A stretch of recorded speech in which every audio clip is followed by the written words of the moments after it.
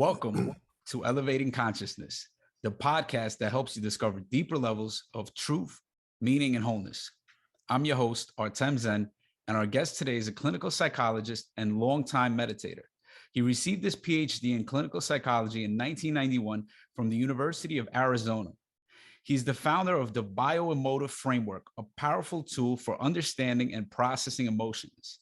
He conducts seminars in integral theory, sports psychology, and the integration of psychology and spirituality, as well as emotional clearing workshops all throughout North America. Douglas Tataryn, welcome to the show. Thank you. It's wonderful to be here, Artem. Yeah, looking forward to this. Yeah, so I want to just dive right in. Can you explain what the Bio-Emotive Framework is and how you came to develop it? Okay, that's a big topic, but I'll do a small version of it.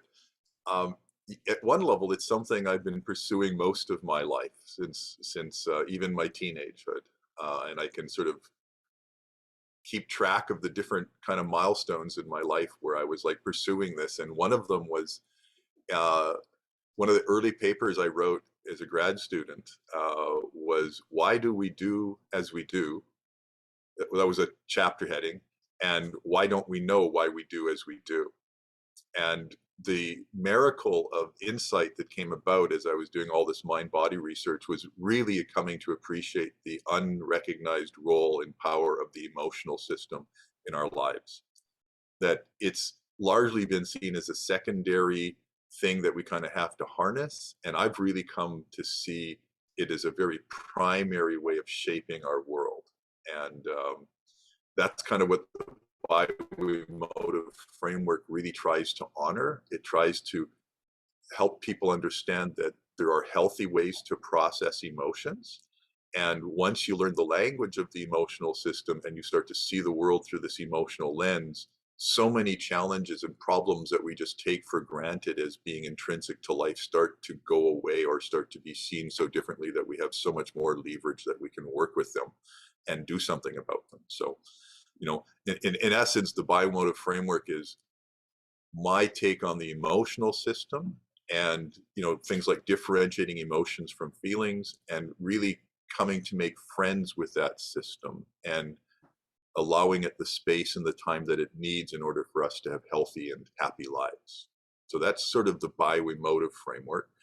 And then more recently, over the last 10 plus years, and you've hinted at this in some of your questions that you're going to ask, I've really come to appreciate an integral perspective, particularly the developmental components. And I've integrated that into my larger framework that I call EBIC integral, which is my version of Aqua, but it's evolving brains in quadrants. And, you know, the evolving brains is basically started off as, you know, what I did to understand the emotional system and the complex dynamics we find ourselves in. And that was recognizing and honoring the work of Paul MacLean and his triune brain theory, which is the idea that in the skull up here, we aren't a single coherent neuroanatomical entity, that there's all sorts of submodules. And the three main submodules that I like to speak about, even, you know, is the physical brain, the emotional brain, and the intellectual brain. And so that honoring of the emotional brain as an entity of its own right was really instrumental for Bio-Emotive. And then in the bigger picture of integral, if you actually integrate the triune brain into integral, it actually starts to make a lot of the integral developmental, well, the integral dimensions make more sense. I actually believe it's the three-dimensional model that gives rise to the Aqua model. And I presented that in a 2010 paper at an integral theory conference in California back then. But, so that's the larger framework that I now do the Bio-Emotive work within. Yeah, the integral perspective is so interesting. I'm just like, I really want to focus on emotions because we have so little time. And I feel like if we put in the integral perspective, like we're just not, we're not going to be We're not going to cover all the ground we need to. Yeah. I was wondering, is what you call the Niedra process, a part of the Bio-Emotive Framework? Is that like a piece? That's Yes. what I was. And we call it Nadura. Mm. It started off as Netter, but as we worked with it, it became Nadura. And Nadura is basically the experiential process that I teach people on how to do healthy emotional processing. And the Bio-Emotive Framework is the larger theoretical framework in which Nadura emerges out of. I can tell you Nadura is an acronym, but that we can maybe get into that a little bit later when Yeah, we could circle back around when we're doing the emotional processing. So there's something else that super fascinating that you speak about, and that's cultural alexithymia. Can you kind of Yes. explain what that is and how you came to that conclusion?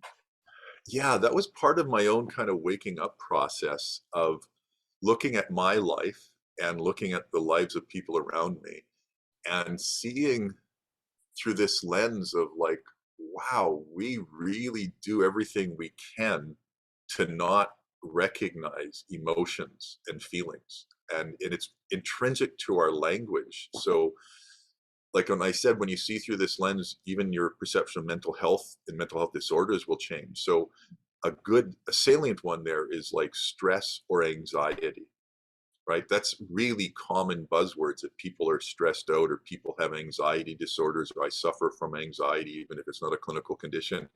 And yet, when I look at that, I see that as a symptom of our alexithymia. Because what is anxiety, right? Basically, we define it as I have all this physiological activation going on in my body. And so I have to learn to breathe and calm down or distract myself or go have a drink or take some drugs. And that will calm down my body. And then I'll be able to live without my anxiety, right? Once you kind of wake up to the emotional realm, you go, well, what's your body doing dancing with all that energy just so randomly? And it's like, it turns out it's not random. It turns out you're emotionally activated, but no one's asking you how you're feeling. They're getting you to focus on your body and not your emotions. And so we have anxiety disorders instead of activated and unresolved emotions that we need to work with. So that's one example of cultural alexithymia. The other, really basic stuff is if you look at the triune brain, we have 12 or more years of schooling that we teach the intellect, all sorts of stuff about math and, computers and history. We have physical and artistic endeavors that we train people into sports and, musicians and everything, all about physical training. What kind of training do we do for the emotional brain? What do you get there? Almost nothing. And if you do, it's very indirect and maybe in the arts, for expression and stuff, but no really understanding of what's going on or how to master that system. The part that's really shifted for me is I used to be perplexed on how is it we could be this evolved, especially if we've got the triune brain that we've been moving through and have all this intellectual dominance and not understand the emotional system. And that was where Integral helped me. And I'll just do a short foray into that. Basically, when you look at developmental theory, I grew up, basically I was lucky enough or cursed enough to have lived through 3 developmental changes in our culture. I grew up in the end of the 50s and 60s, where very traditional role-oriented consciousness. And then modernism was just coming into its fore and height with the technological revolution and everything. And, in the 80s, 90s, whatever. And then postmodernism has emerged. And when I look at it developmentally, I go, oh, right. Emotions get in the way of the rules and roles that you're supposed to play out in traditional consciousness. Emotions and feelings get in the way of your achievement-oriented goals of modern, orange consciousness. And it's not till postmodernism, where we care about depth of contact, that feelings become important. But unfortunately, instead of repressing all the feelings, like what happened when I was growing up, you get punished out of them. Like one of the oddly universal kind of phrases that I hear across cultures is this: you want to cry? I'll give you something to cry about, which was a traditional thing of, if you're going to cry, I'm going to punish you. Like, I literally was spanked until I stopped crying. That was how they dealt with it. So you repress emotions. Now that we embrace emotions and we allow them out and we ask our kids how they feel, we've got all this wonderful emotional energy that isn't being channeled anywhere and not repressed. And I think that's part of why we have so many cases of, quote, ADHD and such things, because we literally have all this emotional energy running wild and we don't know how to channel it, process it, and resolve it. And so we just got a whole other set of challenges, not the same ones as the traditional wings where you suppress it, but it's a different set. And there's also progress in there, but it really helps me understand why the cultural alexithymia was and is going away, and how important it is for us to actually understand the emotional system and learn how to work with it on its own terms. Yeah, that kind of answered another question I was going to ask you, which was, why do you think there's so much resistance and mistrust of emotions in our culture? And pointing out that there is still some of this traditional structures, or the modern structures, and where emotions are just getting in the way of what, like, our dominant drive wants. Exactly. Yeah. And so the other reason we don't trust it is we don't understand it. Right. And I think that's the gift of the Bio-Emotive Framework, is to give a framework that is intuitively and experientially easy to lay over top of our experiences and work with the material more robustly, and I think more easily than many of the other frameworks that I've come across for trying to deal with emotions. So the $1 million question is, what are emotions? How do you define, or how do you understand what emotion is? Yeah. And if you look, since Goulman talked about, emotional intelligence and all of the different, that woman who is doing the emotions are completely constructed notion and, culturally constructed. Is that Lisa Feldman Barrett? Feldman, yes, I believe that's it. Yes. Like, we are as a society really scrambling to understand this new beast that's emerging and being recognized. And, Goulman, I think he did such a great job in introducing us to the idea of emotions are important. But like the true modernist era that he was in, he made it an intelligence. And it's not intelligence. It's an emotional system, very different from the intellect. The intellect is intelligence, right? But you can see it's sort of being subjugated into that realm in the modern world. And then, with the, I guess Lisa's good example of the postmodern, it's all constructed kind of thing. And I don't actually see that. I actually do believe that we recognize four primary emotions, not only in us, but true to triune brain theory and, you know, uh, the Paul's theory about that. Mammals have emotions as well. And they, what are they? Well, they're basically pre-programmed physiological orientations, responses that we have to certain kinds of feeling experiences. And so we have anger and fear. Those are what I call survival emotions. And you can see those in dogs and cats and rats and, all mammals. And we also have happiness and sadness, which I call the social emotions. And they kind of evolved in different contexts. And they're paired. Anger and fear are opposites, and happy and sad are opposites. And that binary kind of way of approaching the world is a characteristic of the emotional brain. It tends to pair things up into opposites. And, with that insight and the developmental theory, I also came to see that when people are doing black and white thinking, there's usually a lot of emotional activation going on, right? Because that's the way the emotional brain, quote, thinks. So emotions are different than feelings. And, if you accept that there are those four, then it's like, well, how do those four get triggered? Because once they get triggered, you're caught in that response. And I'll just stop there and I'll ask you, have you ever been angry, and did it feel like the anger took you over? or the fear took you over, and that it was just going to play itself out until, it was gone. Happens all the time. It feels like I get hit with a wave and that's it. It's taking me Right. away. Right. And so there's, if you go to the triune brain, you can say, well, I normally function in my intellect, but then my emotional system got triggered and took over and became the dominant system. And I didn't know how to work with it. So I just had to ride it out, doing as least damage as possible, until it was over and I could, quote, get control back. And those are remnants of our traditional and modern kind of perspectives on emotion, right? Getting our control back and putting it down into a containment. So the other part of this, emotions are different than feelings.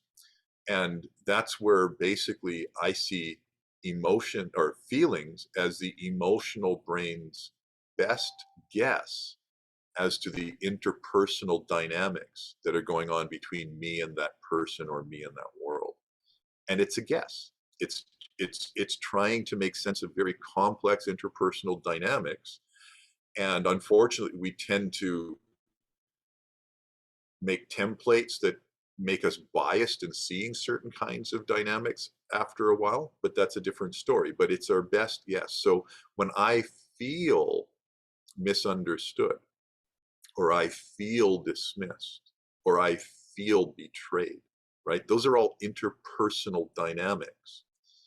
And you may not be betraying me, but my perception from my experience is I feel betrayed.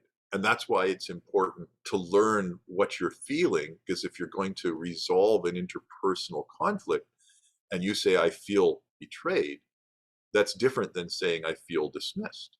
You have to do a different dance to address betrayal than dismissal, right? So that sense of interpersonal energy, that is a feeling that we have all these feeling words for, will then cause what I call a core feeling. And that core feeling, it turns out there's 9 of them. And I did that through a bunch of research when I was first doing this. I kept track of all of my client responses for 3 years, and we came up with these 9 core feelings. And they're feelings like, how I respond when I'm betrayed. So if I feel betrayed by you, I might feel insignificant, or I might feel worthless, or I might feel helpless, or I might feel just very alone, right? Or maybe abandoned with that. Abandoned is an interpersonal word, but I may realize I'm not just betrayed, I feel abandoned by you. Now I feel alone and insignificant. So that core feeling of alone and also insignificant is then what would cause me to have an emotion like sadness and crying, or under certain circumstances, that same aloneness and insignificance could make me angry and want to attack you for doing that to me, right? So interpersonal feelings cause core feelings, which then cause emotions that then play themselves out in these 4 different templates or baskets that we have. So feelings come first and then comes the Yes. emotion. Yes. Okay. Very, very different than a lot of the CBT, cognitive behavioral takes, where thinking is the primary determinants of our emotions. And this takes us back into the meditative world. I've gotten a lot of mileage, and a lot of people have said that this little exercise is extremely helpful for them when they're dealing with meditation issues. Is if you find yourself going to meditate and you have the same mind chatter coming up over and over and over, instead of just really heightening the willpower and focus and barging through it, if you've done that and it's not working, you just keep being haunted, I ask, what's the feeling that's likely generating all these thoughts? And that's an extremely powerful exercise. And I actually did this with a group, and I had them write down all their mind chatter for a little while. And then we went through and came up with what might you be feeling in order to think these thoughts all the time? And even something as simple as, I need to pick up milk, I need to pick up milk at the store. And you keep, you find out that there's an emotional contingency. If I don't pick up the milk, my spouse is going to get mad at me and I'm going to feel, bad and insignificant or whatever. And once you find the emotional energy underneath what's driving the thoughts, and it more generally driving your behavior, outside of meditation, and you deal with that emotional energy directly, the thoughts tend to disappear or dissipate, right? So there's another kind of context in which this primacy of feelings before thoughts, kind of shows up. And in this case, I do believe that our emotional brain, I don't know how cultural it is and how biological it is, but we seem to be biologically wired to have these 9 core feelings, that our emotional brain is trying to perceive our relational status all the time, because it gives us huge information about what we can expect or want or need or get from the group that we're part of based on those feelings. So if I feel insignificant, and that's true, I can't expect to be helped when I'm hurt. But if I feel significant, connected and cared for, and I get hurt, I can expect others to come to my aid. So you can see it's a very primary group bonding facilitation kind of process in understanding my relational status to my group or my clan, right? It's very important information, and it's happening prior to the intellect. And I would, turn to the triune brain and mammals and say, mammals have complex group dynamics going on all the time, but they don't have intellects.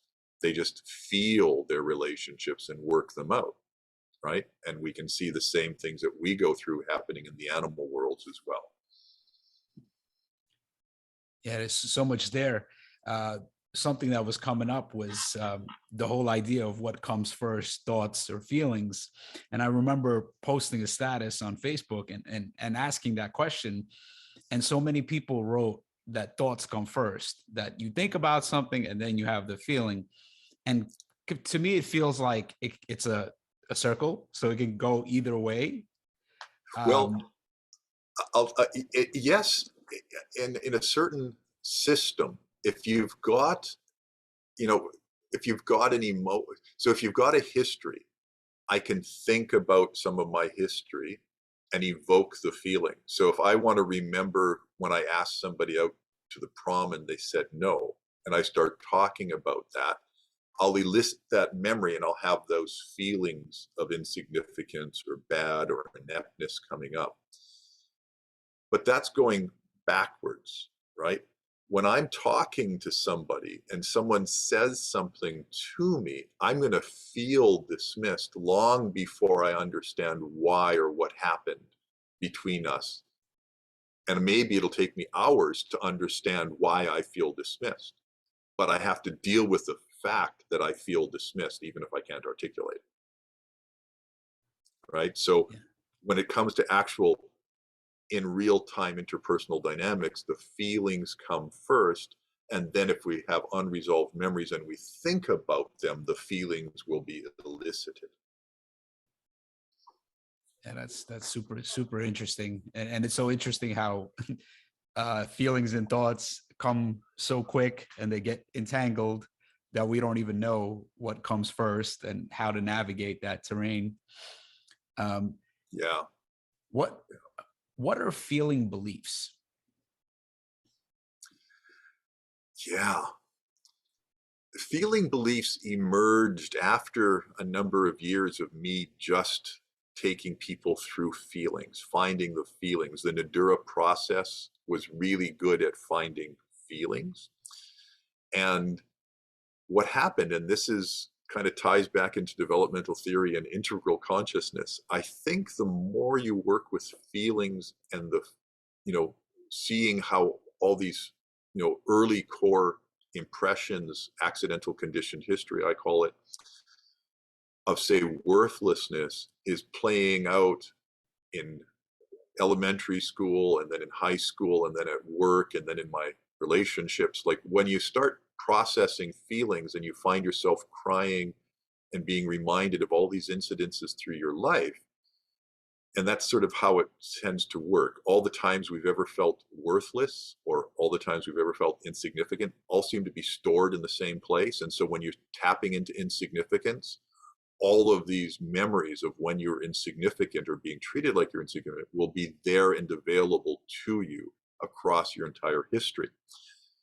Then there's a metacognitive process that happens as you've got experience processing all of those situations.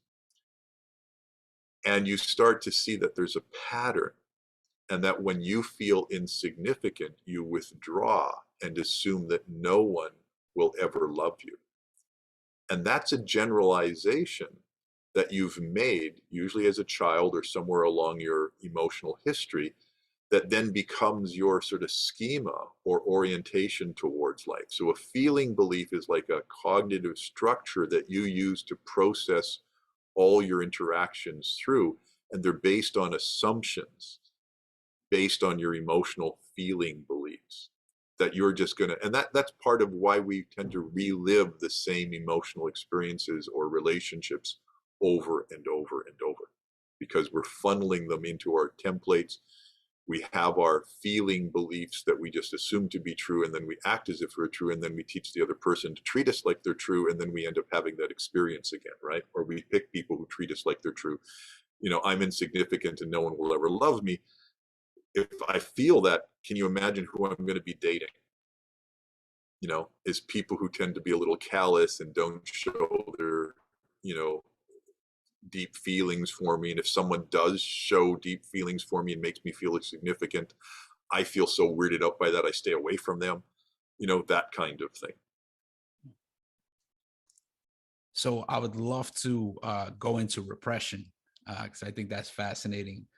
So can you speak about the process of emotional repression and the body's role in it?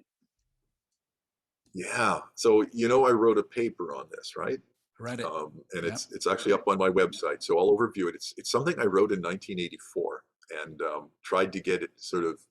I wrote it as for one of my classroom exercises, and I got absolutely no traction on people going, "Oh, that's interesting," or it was more like, "What are you thinking about that stuff for?" You know, like literally, I was told, "Don't waste your time with that stuff," because it was just so out of the blue for the world back in the 80s, right? Looking at the body and its relationship to emotional states. And yet, when I did some research, I found that if I asked people about their patterns of muscle tension, like which parts of their body were sore, and I gave them the Beck depression inventory and the profile of mood states, then I did, my background is as a statistician and researcher, right? So I did multivariate analysis and regressions and some factor analysis of all of that data, and found out that I could predict people's moods and their depressive state to between, with like 30 to 60% of the variance explained for by looking at the patterns of muscle tension in their body, right? So if someone had an anger, high elevation on anger for the profile of mood states, there was a particular pattern of muscle tension in their body. Now, that was me trying to validate something that happened when I was going to my classes with my wife. This was, I guess, early 80s, and she's an expressive therapist. And actually, because this was before she was an expressive therapist, she was doing sacred movement in the Gurdjieffian type traditions of, you know, sacred movement. And we would be sitting there doing these repetitive, slow, rhythmic movements for half an hour, sometimes hours at a time, weekly. And inevitably, at every class, somebody dropped out of sync with us and went in the corner and started sobbing.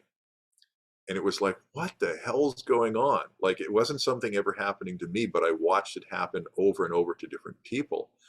And so early, you know, I'm a undergraduate psychology student. I start doing all this research about muscle tension because that was the phenomenally, that was like the big thing that was happening, is you work your muscles until they were exhausted, and chronic muscle tension that you had in your shoulders just let go. And often with that letting go, the tears came.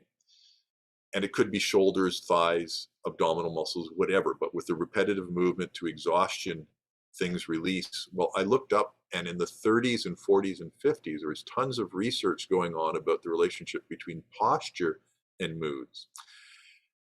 And after decades, they found out that there is an organ in your brain called the hypothalamus that was involved in both afferent feedback. So I can tell that I have 5 fingers up, even though I can't see it. Now there's, 2 from afferents. And that hypothalamus is also involved in emotional processing. And they found out that if you got people to squeeze a hand dynamometer, and you get them to sort of 20% their maximum grip strength and 40% and then 80%, and you gave them cognitive tasks, it turns out their performance decreased with increasing tension.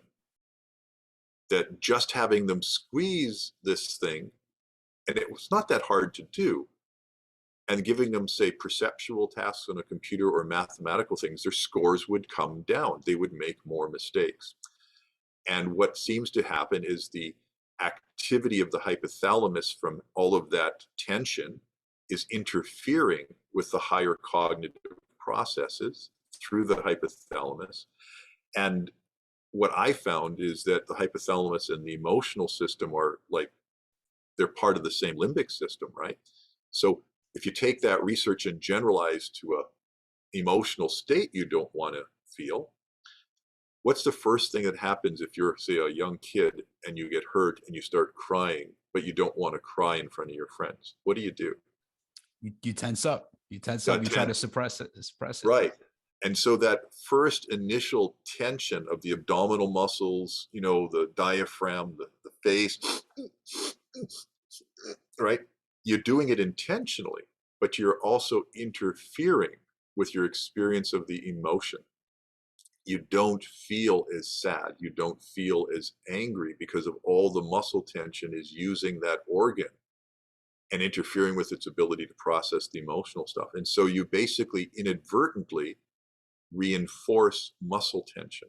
You start off doing it intentionally to suppress it, but inadvertently you reinforce it because it's interfering with your experience of the emotions. And then if you start to relax and you're in the presence of the stimuli that would cause you to feel that pain, like the people around you or the swing that you just fell off of, you'll get triggered again. So now, because you're emotionally open, once you relax, your emotional system's working, you see the thing, you get upset, you don't want to, so you tighten up again.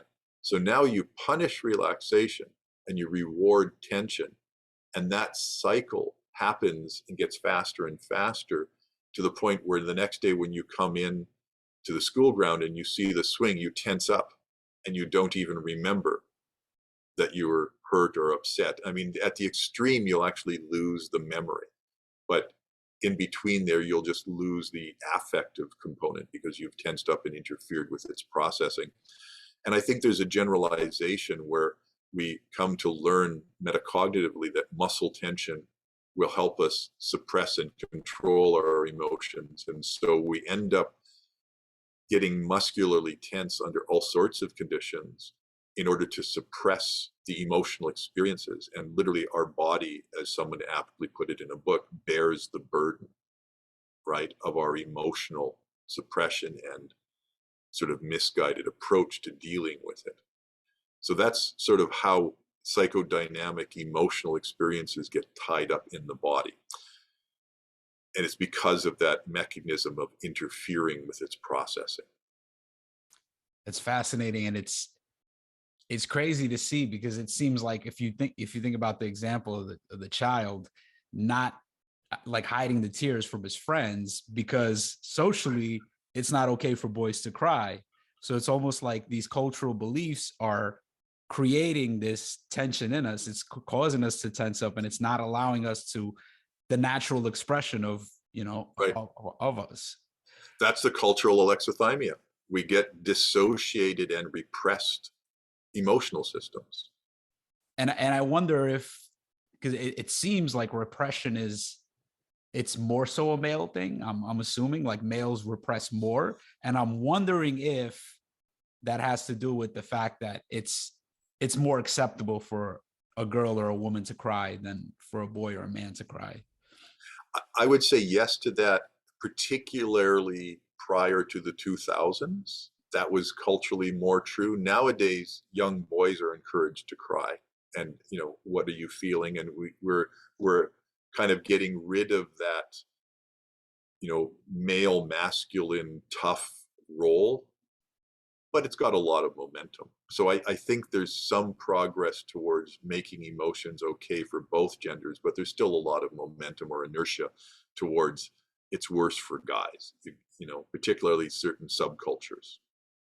Yeah, growing up, I was always taught that it's not okay to cry, that I shouldn't be crying. And I was always like an emotionally expressive person, and I found myself always crying. And I remember I was like 16 years old and I would still be crying about things. And I'm like, what's wrong with, like, I would just think like, what's wrong with you? Why are you crying? Like, you should be done crying by now. And yeah, now I cry all the time. Awesome. And it's and I have this thing of like, we should cry, like it's completely okay to cry and it should be accepted. And Well, and let me just put a caveat on that because it's something that I talk about. There's healthy crying and there's not so healthy crying. So I've met people, and you can figure out if this was you or not at 16, where they were crying all the time, but it was never being resolved. And that's basically because they were triggered, they were crying, they'd try and contain it as long as they could, and then it would come out, and then it would sort of like release the pressure, and then they'd close down again. And then they'd get triggered and triggered, and then it would come out, and they'd cry. And some people had a better container than others.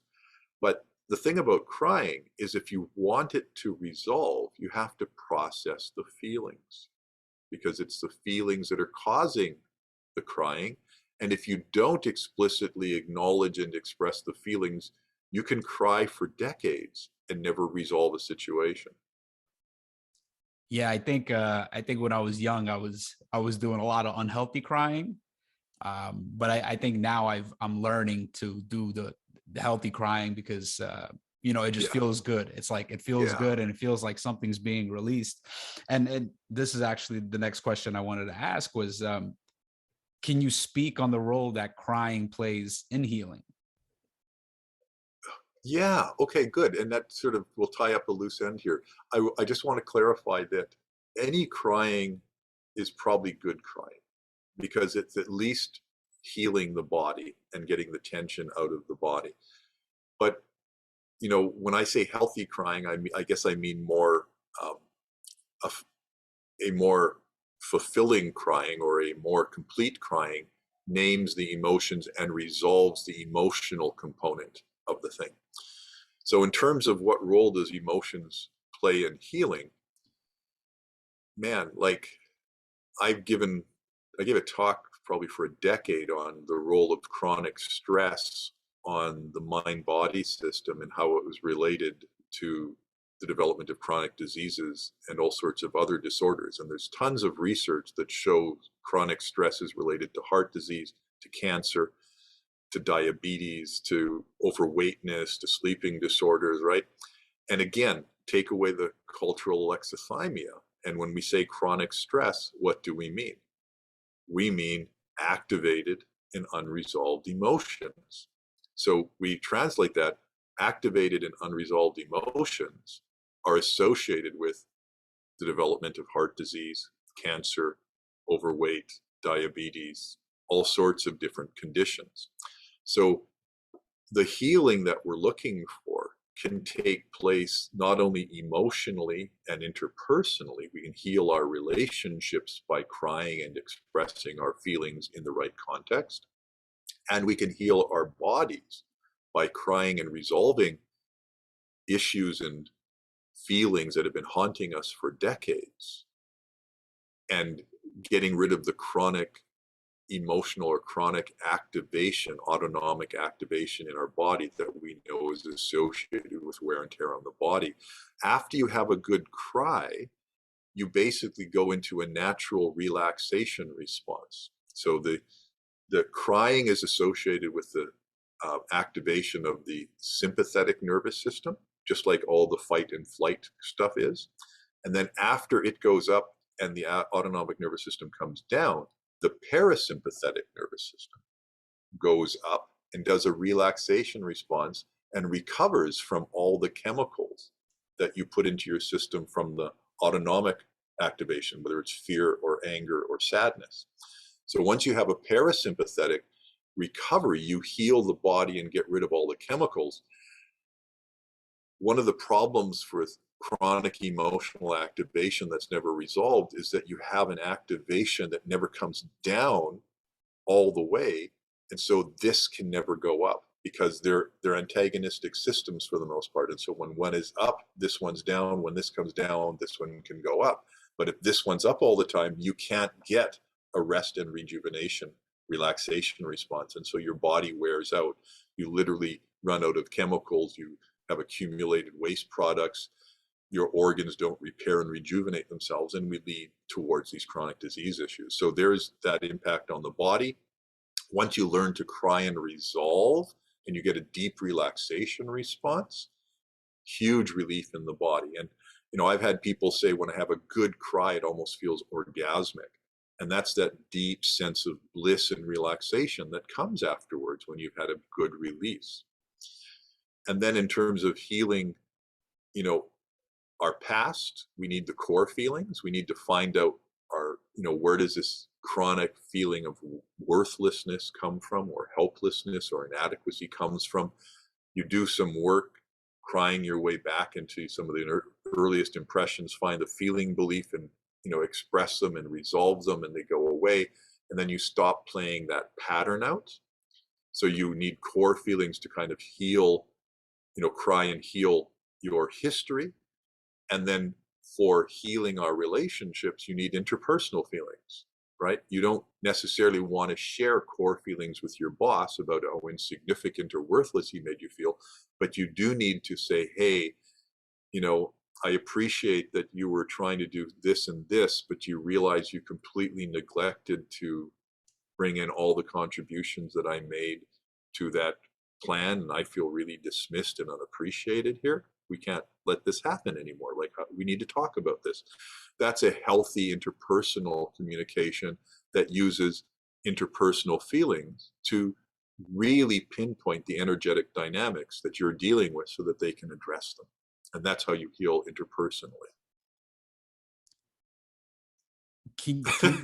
Yeah. That's a lot of ground I just covered. Yeah, I love it. I love it. This is like a master class on emotions and emotional healing. Can you talk about the 5 stages of crying? I thought I downloaded your book on crying, and Yeah. it's just so interesting. The whole, like, there's so much to crying, like we don't think about it, but there's so much Yeah. to it. So the 5 stages came on me taking notes with my clients. Again, there's that academic researcher part of me. It's like, I noticed that there were basically, this is like gradations of a rainbow, but I made these 5, and I now include with and without sound because that's an important thing. But basically, when someone first gets triggered, if I'm talking to someone and they start talking about a dynamic and their words are kind of going blah, blah, blah, blah, blah, blah, but I noticed their face got flushed, right? I mark that as autonomic nervous system activation, ANS. And that means that there's an emotional component that often they're not acknowledging because it's too small for them to have noticed, but I'm catching it because I'm hypersensitive to that, right? So I might come back and say, do you mind saying a little bit more about when so-and-so said that to you? I just noticed you seem to be a little bit triggered. And sometimes I go, I don't know what you mean. And I go, well, let's just spend a bit of time with it. And sure enough, the flushing happens again. And then the next level of activation that tells me they're getting more emotionally activated is water in the eyes, WIE. So it's gone from a flush on the skin and a vasodilation to enough activation that there are tears beginning to get activated. The third stage is when you actually get enough water in the eyes that a tear comes. And at that point, they can still be denying that they're upset. They can actually be saying, no, I think I got something in my eye. It's amazing the gaps sometimes between people's intellectual and emotional brains, you know? And that third step of tears means that they're, 3 out of the 5th stages up there. The next one is when you actually get streaming tears and usually a breath change. And that's crying as we normally would define it. So it's like, right? And that's a fairly big cry. It doesn't have to be that big. The next stage of crying is sobbing. And that's when it's so big that the whole body is participating in the cry. And there'll be like convulsions through the abdominal area and the body. Some people will fall to the floor because they can't stand and they'll sob. And the reason that I think it's important to get familiar with those stages is that it gives us cues as to how much we're activated. But pragmatically, what I found is I used to think you had to cry in order to heal the emotional system. But in working with people who are really repressed or dissociated, I've literally had some people have what I would guess call an emotionally activated narcolepsy. As they finally got in touch with the emotional component of what they were talking about to me, and they've not cried for years and years, and they start feeling it, they literally would just go, wow, and fall asleep. They literally shut down their consciousness as the emotional system came up. So people have a lot of different relationships to their emotional system, and some will literally pass out rather than feel those feelings. That's quite a dissociative process. It's not a repressive type process from what I can tell. But pragmatically, I learned that we could get those people just activated, and prior to the passing out of crying, if they processed and said the feelings with just ANS or water in eyes, that shifts started to happen and they got relief and rewiring of their emotional system. But it might take 2 or 3 sessions of doing the work with just autonomic activation or tears. Whereas if they could allow crying, it might have happened in 10 minutes. The rewiring would occur much more quickly. So basically there's a dose response type thing. Is the more expressive the crying in conjunction with the expression of the words, the faster the healing system can happen. The healing of the emotional system can happen. And I'll just say, I think a lot of people are aware that I've worked with some spiritual teachers, and Culadasa has been on podcasts talking about this, and I've worked with some others. One of the joys of working with Culadasa was that he had such access to his emotional system that when he got activated, even if he wasn't crying, the whole system activated and rewired, and he updated things in like 5 to 10 minutes or the second pass through that often would have taken people 2, 3, or 4 months of therapy to work with. So there's something about his capacity to both disidentify with the material and to fully experientially get it, that the shifts took place at a really deep level, even without a lot of external manifestation. And sometimes I think that the crying is almost like a resistance to the experience, that it's both an expression and sometimes maybe I shouldn't pursue that more, but there's an interesting relationship that I've found with some spiritually advanced people where the crying doesn't have to be that intense for the whole thing to rewire and shift itself. And I'm still trying to understand what that's about. Yeah, I'm wondering if there's people that just don't cry for years. Like, is it possible for those people to be emotionally healthy? Is it possible for that's what I'm trying to figure out, because I know people that just seem to they don't seem to be emotional. They don't seem to ever cry. And I'm always Well, like, is that okay? Is that normal? What are they doing to themselves? Because to me, it's like, if I don't, like, I'm crying all the time. right. And you know, there's the hard part of this whole realm is that there are so many different ways to look normal. So you can be with a healthy, fully open emotional system and mature developmentally and open and vulnerable heartly and not cry because you've got a shift in vision for how you see the world and you don't get triggered in the same way. Or you can be really repressed and not let anything get to your emotional system so that you can go through life and not cry, but it's because you have no contact with your emotional system, right? So there's different ways of looking normal. And I guess the question becomes when, is that person who never cries, do their partners or friends feel close to them? Or is it all an intellectual kind of relationship or a behavioral relationship, right?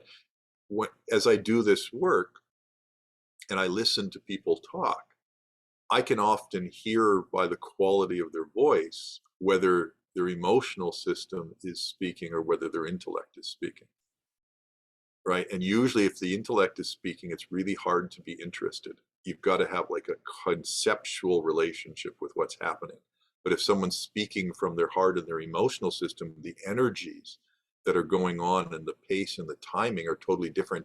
And we automatically get kind of connected to that flow of conversation.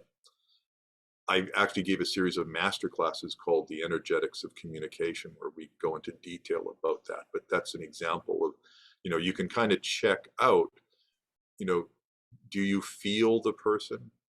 When they do have a loss or something really significant, do they have the option of crying, or do they, and one of the big requests that I've had in the biomotive community, particularly early on, was, okay, I really want to do this work, but I can't cry even when I want to. And that means that the automated muscle tension is so deep that they have no longer got access to it. And there's other interventions that you can do to try and open up the emotional system, but it's very difficult to work with people who can't cry, especially in this framework, because the healing happens at least in the autonomic activation and ideally in the crying. So when people do have those kind of challenges, I recommend that they get deep tissue massage where they can be open and vulnerable and allow their systems to relax. And it's very common, and this again goes back to the sacred movement work, that when people relax muscles, catharsis happens. And you can talk to any deep tissue massage people and you'll hear that that happens to a certain portion of their clients. Other things like holotropic breathing or rebirthing, or even the breath that Wim Hof teaches, will often induce cathartic responses because they biochemically release the tension. The change in acidity or alkalineness of the blood does something to the muscles and it forces them to relax, and catharsis will often happen sometime after the tetany occurs. And then, just really starting to honor and become curious about emotions and feelings, even if it's from an intellectual perspective, and going back and spending time going, well, what was I feeling when I said that to that person? Because I really didn't mean to. And trying to give time and space to your emotional system will slowly give it permission to come back on board. Yeah. There's a couple of things that's coming up. I was actually wanted to ask this earlier. I'm somebody who's historically trained a lot physically, like lifted a lot of weights and exercised a lot. And what I noticed is just lifting a lot and working out a lot causes a lot of tension in the body. It causes, like, even right now, I have a lot of tension in my neck and in my traps. And I'm just wondering if that kind of exercise, just lifting weights or just constantly, ripping up the muscles and just your body's always tight. I'm just wondering if on average, people that, are training a lot, lifting a lot of weights, it's going to be harder for them to access their emotions. And there's going to be that kind of like almost like a chronic tension. Well, two reflections on that. One is, if say you're using your shoulders or your back muscles, your abdominal muscles to interfere with emotions to start with, if that's a pattern you're going in with, and you do a lot of weights where you get them tight, strong and tight and taut, they'll become more effective at interfering with emotions, because they've got more afferents coming back into the body. And I suspect that there may be a kind of neighborhood effect, that if you've got tense muscle strands because they're suppressing emotional stuff, and new muscles are being built under those conditions, that they're also going to end up tense, like their neighbors. And I know in places like Qigong and Tai Chi, the suppleness of the muscles is really, really important, that they work to release the knots and get those muscles, placid and strong. So, bodybuilding just for the sake of, I think someone wrote a book in the integral world that talked about using bodybuilding as a way of enhancing awareness of your relationship to the body. It might be a good thing to try and do bodybuilding with enhanced awareness of tension, and do I need to have that tension right now? I know when I was doing some weightlifting, I was always surprised that when I got to certain levels of strength, I couldn't not tighten certain muscles. Like when I got to certain levels of weight, I could not tighten certain muscles. They just automatically innervated with that muscle group. And as I worked with it, I found that I could differentiate and relax those muscles and just use the ones that I actually needed, but they seemed physiologically wired together at first. So doing some sort of body awareness practices while you're doing your weightlifting would probably help you sift out what needs to be tense and what doesn't need to be tense. Makes sense. There was another thing that I was thinking about. So I can cry, right? But not always, but sometimes I'll have this like tension in my throat.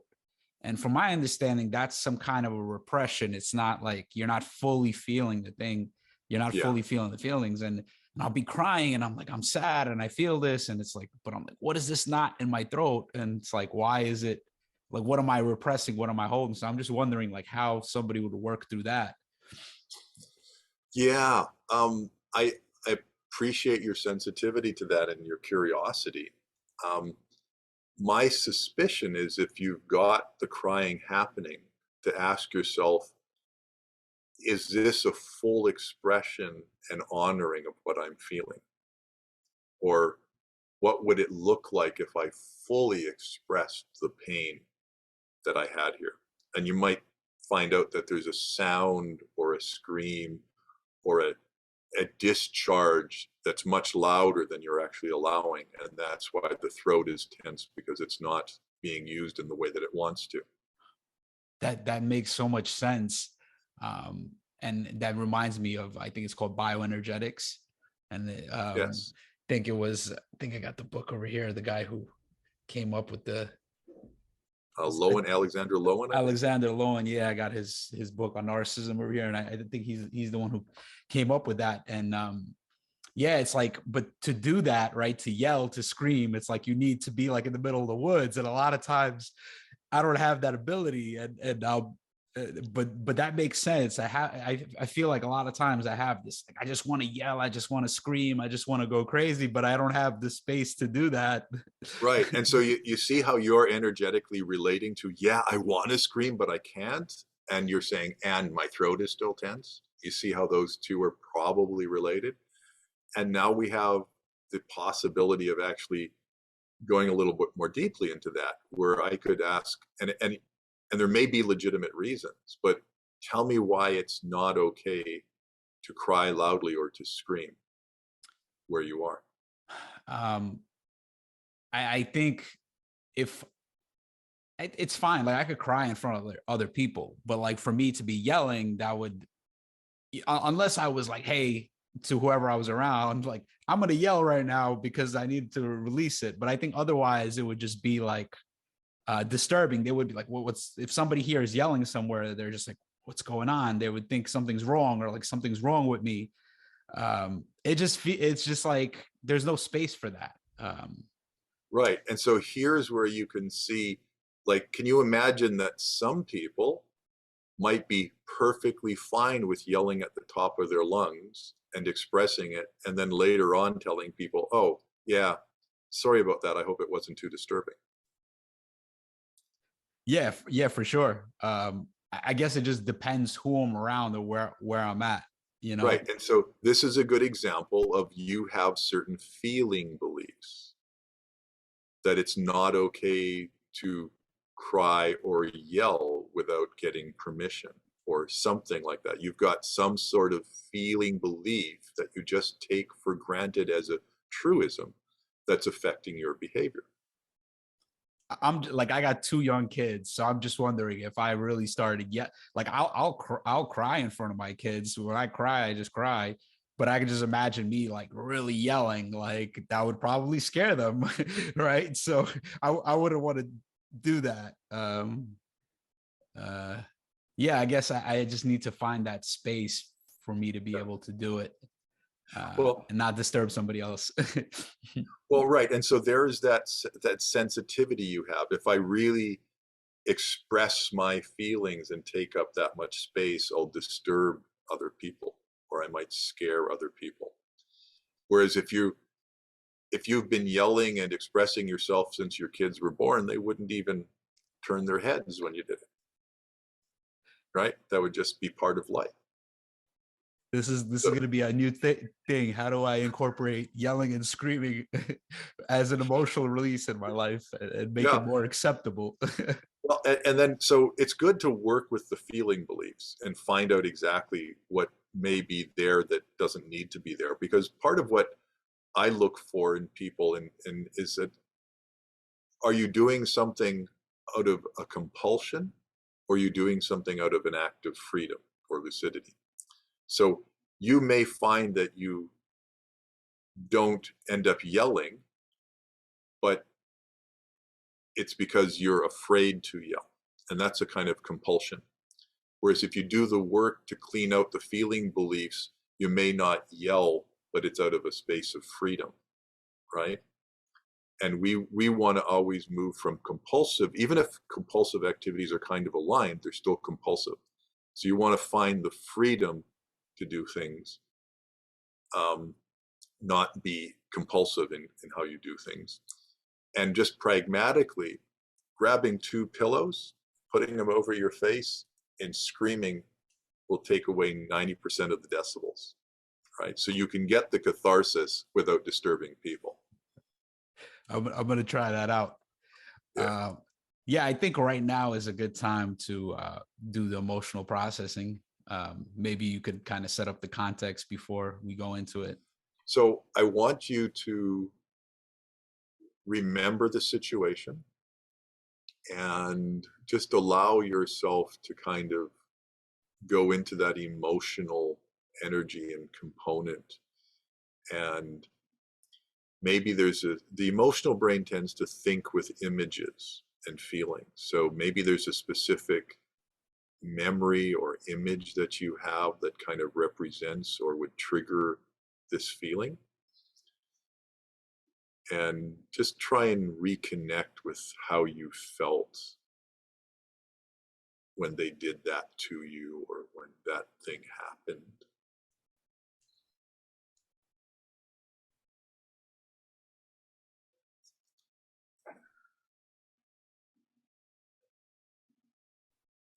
I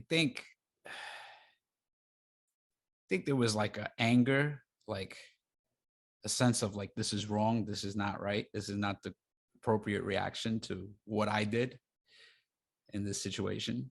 Right. So then you feel like you're angry at them for how they're reacting to you. Yeah, to how they're treating me and to what they're doing.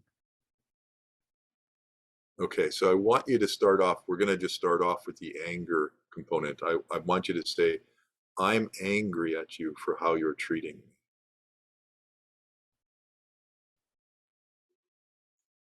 Yeah, I'm angry at you for how you're treating me. And what does that feel like to say? And maybe say it a couple more times and just really try and own it. Yeah, I'm angry for how you're treating me. I'm angry for how you're treating me.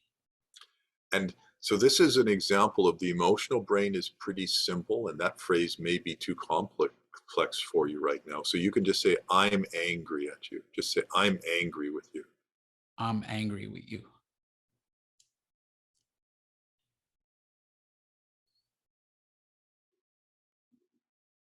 Yeah, I'm not sure if it's anger or sadness when I Well, think of this good, situation. good. So that's actually a processing step to, I say that if you're angry with someone, it's usually because they've hurt you. And rather than putting your attention on how you're hurt, you're putting your attention out there on who hurt you.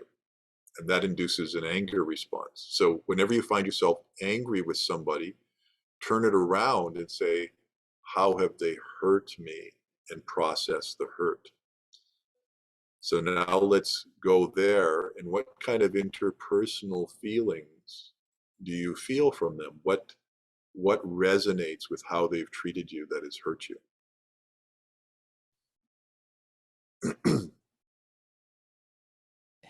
It kind of feels like in this situation, the person was reacting in a way to save their own face, like to make themselves look good, um, and not thinking about how they're hurting me. And Okay. So in them putting so much emphasis on themselves looking good, how do you feel they're treating you? You know, what is it? What words resonate with how they're treating you? there's like a lack of sensitivity. There's a lack of sensitivity to that's what, when I think of this situation, that's what it feels like. It's And you like, see, because in this situation, I'm a small child, I'm a young child, and it's like I made a mistake or I did something wrong, which is normal for a child of that age to do.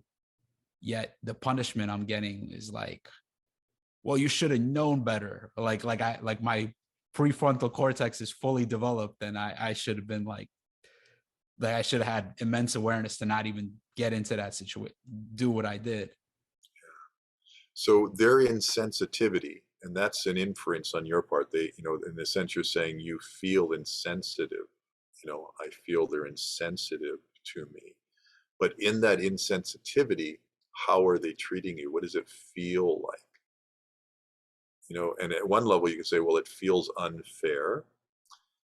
And that sort of gets us in the right direction. But unfair doesn't have a lot of emotional resonance to it. So we want to keep going, right? It But that starts to bring it in that direction. Definitely, there is a sense of unfairness. Like, this isn't fair. This isn't right. This is wrong.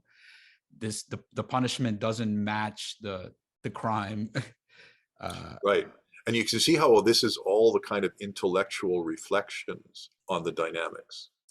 There's a feeling in here that you had as a kid, right? How does it feel they were treating you besides being insensitive?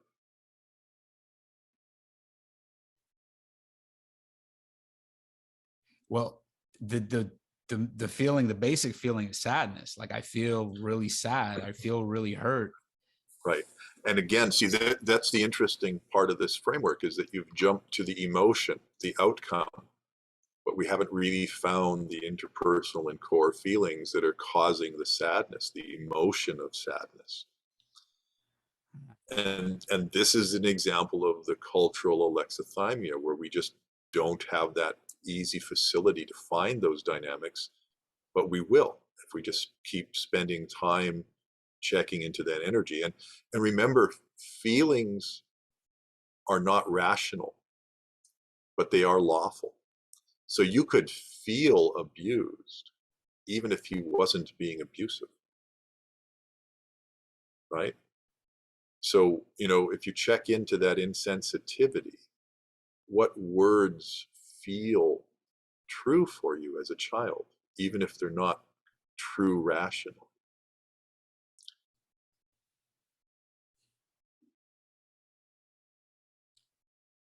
Huh. Definitely like something with control, something with being overpowered. Um, hmm, feeling. What is the feeling? I mean, abuse definitely. There's something there also. So It's let's a let's kind of just go with abuse. that. Let's try I feel dismissed and abused. Mm, mm. And say that out loud. I feel dismissed and abused by you. I feel dismissed and abused by you. Yeah, it seems to be some activation um, in my stomach and in my chest, saying that. Uh, and I don't know if there's something that's would be closer. Well, just keep hanging out with that phrase. And often by just staying in that space, your emotional system will go, yeah, close, try this word. And it'll offer a word. So just repeat out loud, I feel dismissed and abused by you, and allow a new word to emerge on its own if it comes to you. I feel dismissed and abused by you.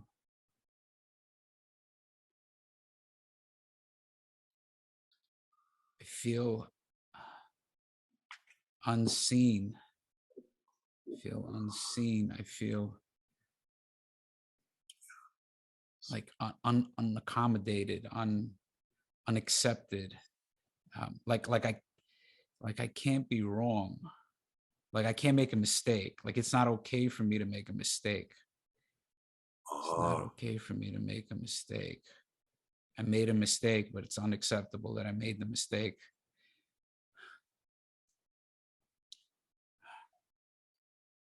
so Something's there. there's some sense of like being dismissed, and it's a kind of abusive dynamic, and there's no room for you to be human, no room for you to be a small child, right? So there's some sense of like the standards or the expectations are too high, and there's an unfairness to this.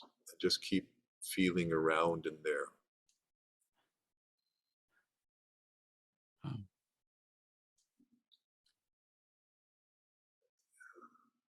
And feel your chest, and just say to yourself, this isn't fair. This isn't fair. this isn't fair. This isn't fair. Mm. Yeah, it feels like I'm in that space, like we're in the right space. It just I don't know what's the deeper layer. What's deeper? What goes deeper? Let's go for a core feeling and see if that opens anything up. And you said you feel invisible or something to that effect, I This think, right? dismissed, not accepted. Like it's not okay for me to make a mistake. Like I'm somehow not like I'm a child. Like I'm a child, but I should be acting older. Like I should know better. But Right. but So there's a sense of like inadequacy, like I feel inadequate. that's the one out of the core feelings that I think is always that's the one, Doug. Like that's the one always that comes up when I look over those core feelings. I think that one and insignificant, but inadequate.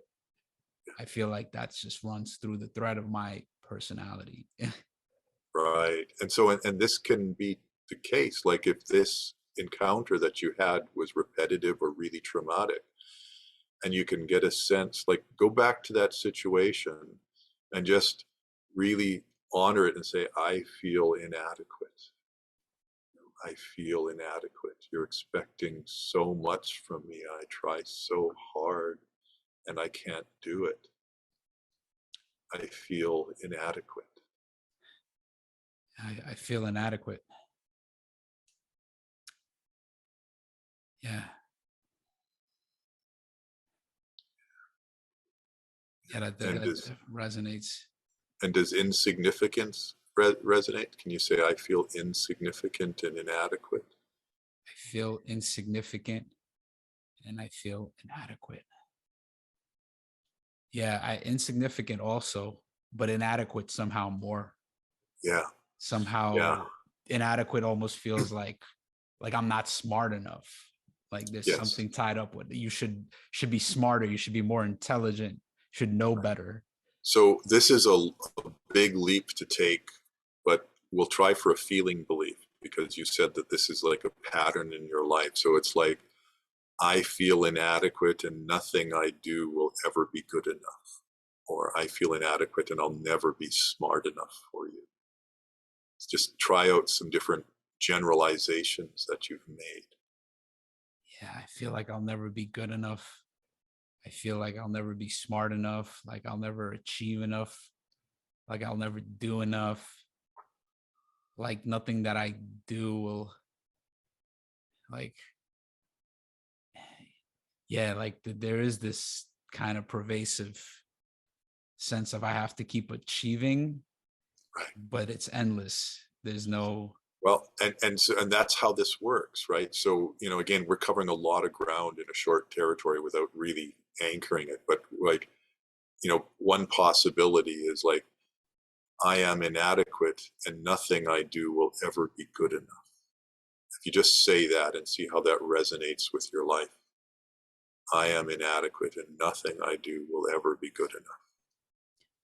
I am inadequate and nothing that I do will ever be good enough.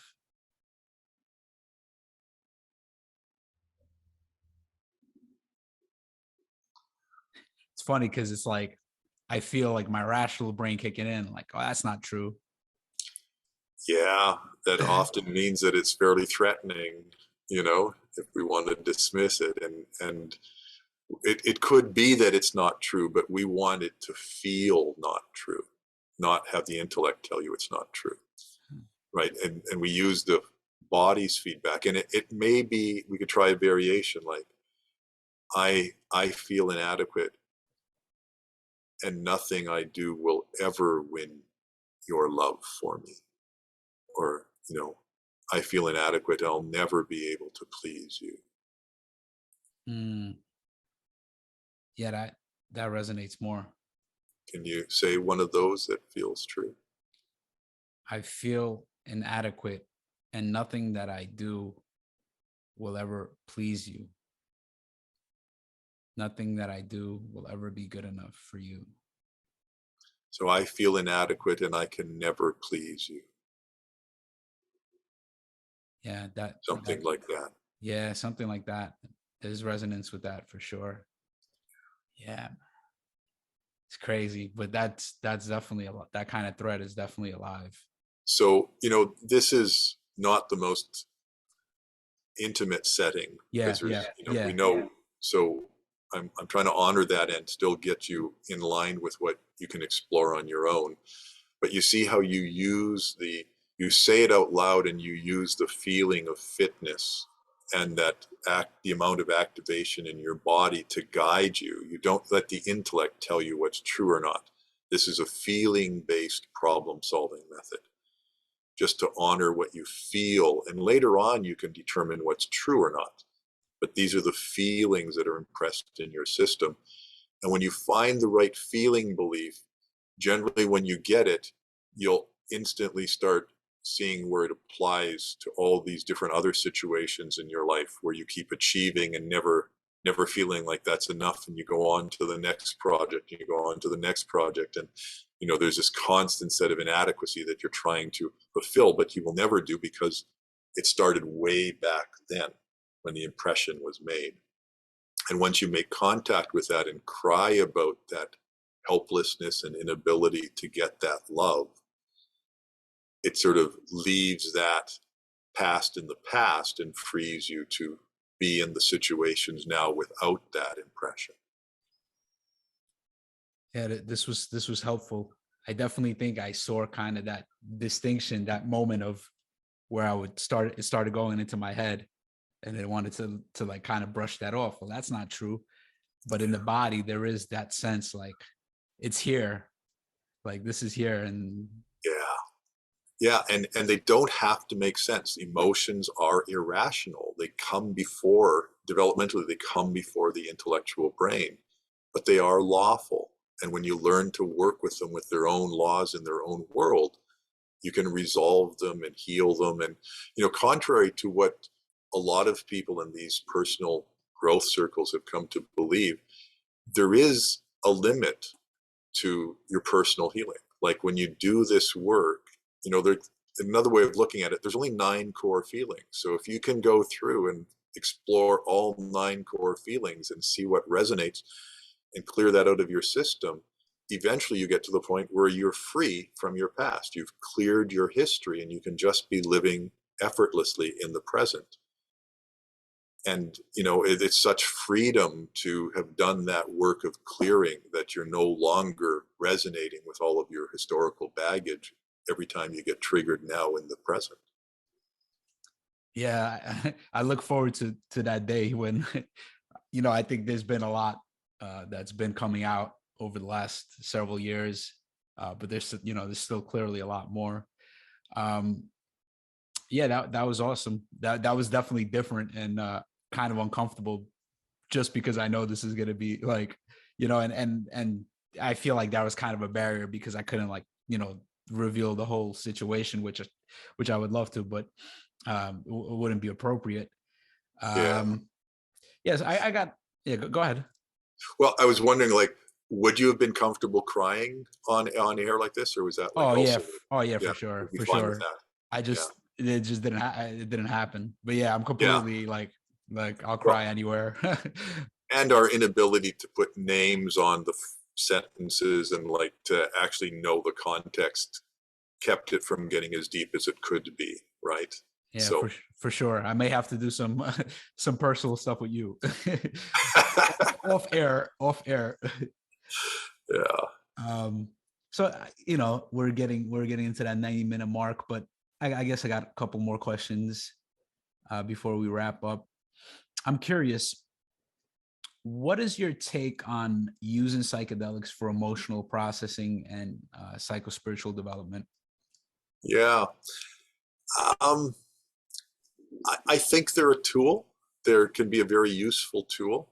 And, the way I parse things, and I may be oversimplifying things, but when you take psychedelics, you basically shut down the intellect and you give yourself access to the emotional and physical brain material. And I think some psychedelics work more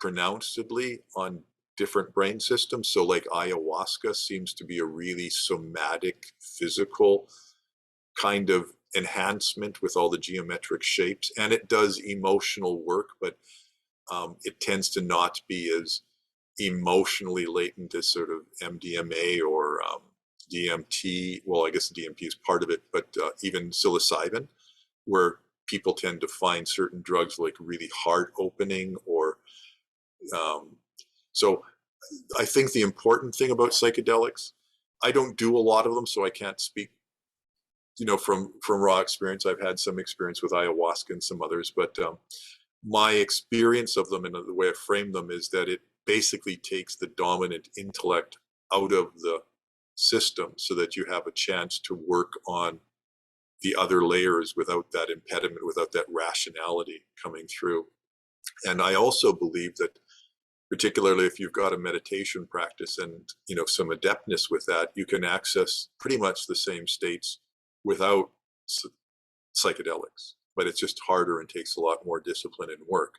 I tend to do my kind of journeys that way with meditation, and I've had some pretty wild journeys just by tuning into the system and the energies. And there's certain stages in meditation where your intellect shuts down, and you can feel the freedom that happens when that happens. And then when you keep going and the emotional brain shuts down, there's a whole other set of phenomena that occur. And then you have, depending on your disposition, a lot of people are using meditation to get to a vipassana or a samadhi or a jhana type state. But if you do the same processes but stay connected to the body, I found that extremely useful for healing physiological and even emotional traumas in the body. And I've had what can only be considered miraculous physical healings happen in my body from doing that kind of work, where I've canceled surgeries because my ligament crawled back into place and reattached itself. And in another case, a broken xiphoid process on my sternum, which I broke when I got punched in my solar plexus when I was like 10, and it's been behind my ribs all my life. I went on a meditation retreat in Vermont at the Monastic Academy, and the thing which had been behind my, if this is my sternum, it was back here. And after the retreat, it literally went like this and opened up and grew all of these, connective tissue. It was about 9 months of tingling sensations, but I now have a fully formed and appropriately placed xiphoid process that had been broken all of my life. So because I'd gotten to those really deep states of meditation where the physical brain got the latitude to do the kind of healing that it could do without the interference of the older brother and sister, and it's really amazing. That whole shamanistic component of meditation and mastering the body is pretty wild, and psychedelics can be part of that journey. But for me, I'm an idealist. I like to be able to do that without the substances. And, maybe substances would even be more profound, but for right now, that's not part of my life. Yeah, I think that's fascinating what your how your body was able to recover by just accessing these deep meditative states. I think for a lot of people, it's just, you've been meditating for 40 plus years. So, but for a lot of people to get into those deep meditative states, it's challenging. Yeah, just take some psilocybin or something. It'll be easier.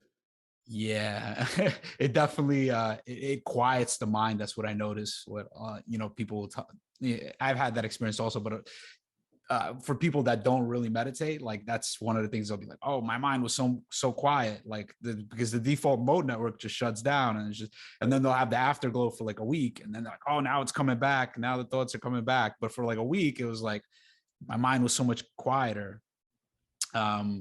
I was also at the Monastic Academy recently, and Bio-Emotive Framework was popping up there, and great place. And this is that's where I was introduced to actually circling. And I was wondering, what is your take of using the relational practice of circling as a tool for emotional processing? Well, it's a fascinating thing, and we actually offered bio-emotive circling for a couple of years. We had a monthly membership, and that was something we did 2 or 3 times a week.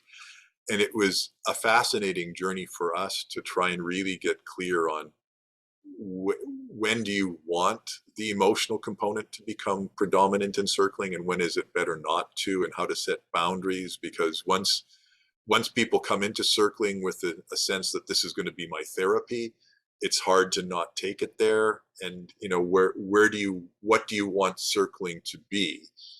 I see circling at its essence as teaching basically postmodern level communication skills, not modern or traditional, but postmodern, which are basically feeling and deep connection based stuff. And of course, particularly if people have a lot of unresolved baggage or a lot of unresolved emotional stuff, and they're in a circling context, it starts spilling out, right? But you have to decide beforehand, do you want your circling to be about emotional clearing and spending time with one person, or do you want the circling to be about a group experience and dynamic? And it has the potential to be both, and we ended up working out structures to keep us in the different worlds that we signed up for people, so they could know what to expect. Yeah, I see that. I've been circling a lot on online platform, Circle Anywhere. And it's interesting. It's, it's different. Sometimes it becomes like this whole therapy thing, and people, and you could see sometimes people come on and they want therapy. And then Right. other times people are just want to kind of keep it more on a surface level and then they don't want to go there. And then you could just be open and just see, not have less of an intention, and just kind of see what opens up, let's see if I get triggered, let's see if something comes up. And if it doesn't, it doesn't. Yeah. Yeah. And I think you mentioned in the blog that you got feedback from people during circling that you then did some deep processing on, which I think is probably one of the best uses of circling, is to get feedback about interpersonal dynamics that you're usually oblivious to and will never get feedback on. And once you've got the feedback, go and do your personal work, or ask for a birthday circle, or some sort of context where you can go deeper into that. But I think clear boundaries are important about what, whether this is about emotional processing or this is about group relational circling kind of process. For sure. Doug, what is next for you? What are you working on right now? What's coming up for you? Like I mentioned, that I do the bio-emotive work within the context of EBIC integral and the developmental components. And I've really come to appreciate, like if we go back to my statistical days and research days, I would say that when I discovered the bio-emotive material, I got, say, an extra 30 or 40%, maybe more, 50% of the variance of understanding what was going on with my clients. When I added a developmental component, understanding how traditional consciousness manifests and ego development at, pre-traditional, like dominance hierarchies or modern, and starting to see ego development in the context of like what types of traumas people have and why their development got stunted at certain places, that gave me another 10 or 20% of the variance. And so it feels very powerful to have a tool where two primary dimensions, the emotional and the developmental, are giving me insights with a lot of leverage for about 70 or more % of the variance of what people are coming in for. And, the other two facets that we work on in integral, because there's the 4 facets, one of them is a disidentification process. And so I've been learning how to help people if they've got a lot of issues getting embedded, their sense of self gets embedded in their emotional issues. Then we teach some mindfulness and some other practices to not take it so personally. So that's kind of what I've been working on, is a more larger framework perspective on what's going on. And I'm seeing more that this work that I'm doing is less about therapy per se, and more about a deconstruction of the psyche and the ego development, and bringing into alignment with the kind of vision that you really have for yourself. And so that's exciting to kind of feel like I'm moving towards a health-oriented, healthy ego development kind of model that I can bring into my life coaching. And the other edge is that I've been asked to get involved with a new business that's developing, that's going to be doing research on with psilocybin. And basically they're looking to use psilocybin for helping with anxiety and PTSD and chronic pain. And I think the special thing that I'm going to bring is we're not just going to do research on how psilocybin affects PTSD, but versus a control group, but we'll have a control group, psilocybin, and psilocybin with explicit emotional processing, and just how much more powerful potentially these kind of medicinal journeys can be if you bring the tools of the Bio-Emotive Framework into that, so that you can actually process all the material that comes up in a more effective way.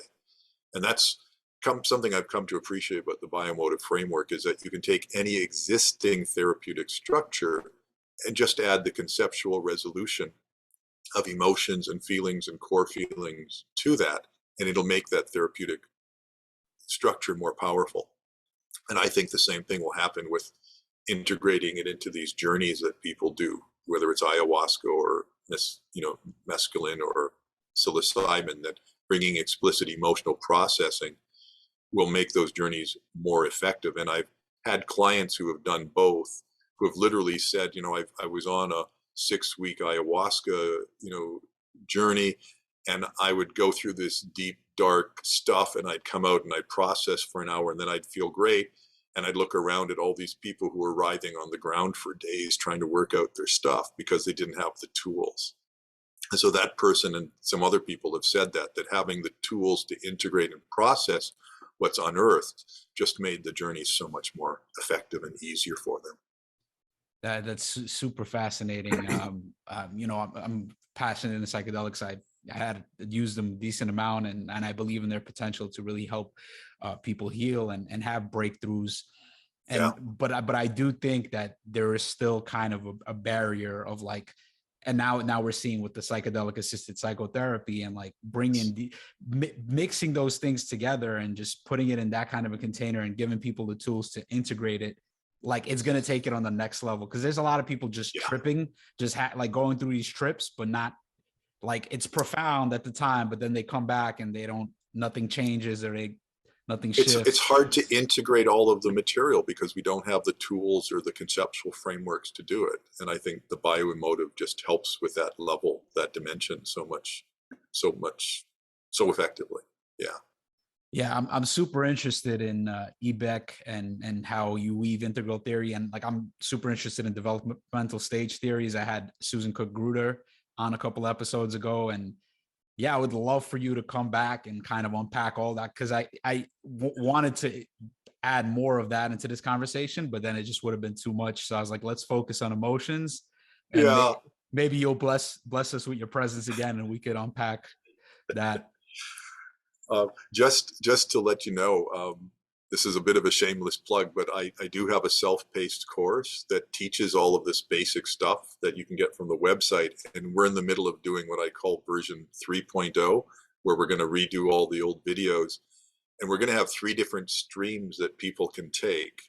And this maps onto what we're talking about. One is just the experiential. So if you're really desperate and need some healing, you can go through the experiential stream, and it teaches Nadura.